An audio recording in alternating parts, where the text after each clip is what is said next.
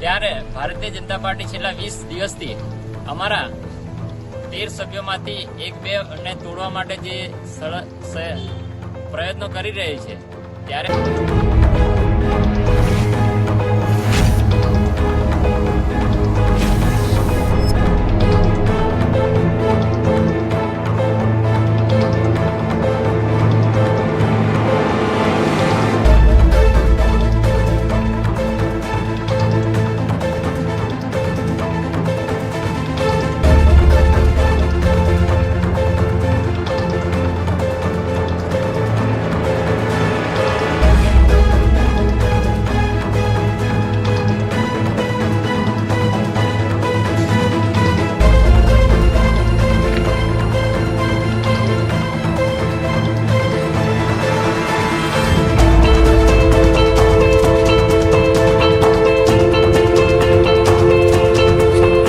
છોટાઉદેપુર તાલુકા પ્રમુખ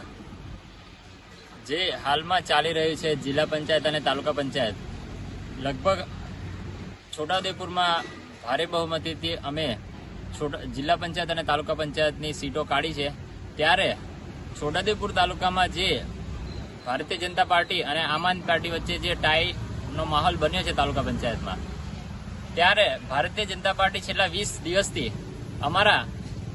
13 સભ્યોમાંથી 1-2 ને તોડવા માટે જે પ્રયત્નો કરી રહી છે ત્યારે અમારા ઈમાનદાર અને સાચા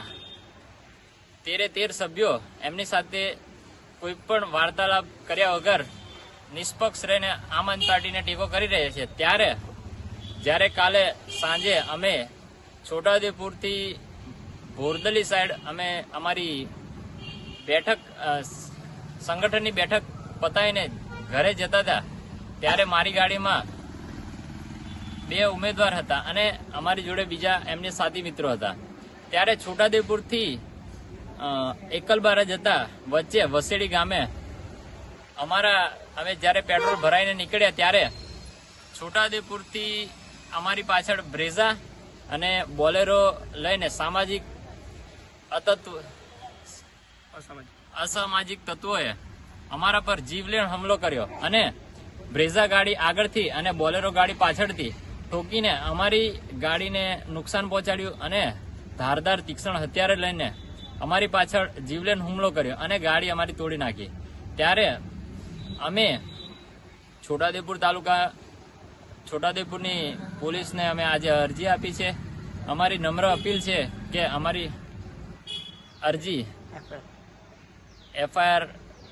ઉપર કડક કાર્યવાહી કરે અને આ સામાજિક તત્વો પર કાયદેસરની કાર્યવાહી કરે અને લોકશાહી બચાવવાનું એક સારું કામ કરે.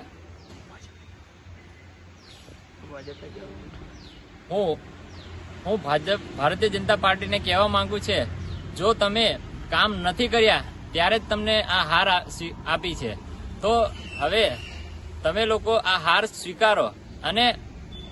જનતાએ જે વિશ્વાસ આપીને જે આમ આદમી પાર્ટીને અને તમારી પાર્ટીને બી જે ટાઈનું આપ્યું છે એની પર ખરા ઉતરો અને આવનાર વિધાનસભામાં બી તમે કેવી રીતના તમને નુકસાન થયું તેના પર કામ કરો, નહીં કે લોકોને હેરાન કરવાનો. આ તમારા આ સામાજિક અતત્વના કારણે જ તમે હાર્યા છે. તો ભારતીય જનતા પાર્ટીને મેં એ જ કહેવા માંગુ છું કે હવે આ બધા ધંધા છોડો અને લોકોની સેવામાં પડો તો તમારું આગળ ભવિષ્ય ચાલશે. બાકી આજે વખતે 13 ટાઈ થયેલી છે, બીજી વખત સુપડા સાફ થઈ જશે.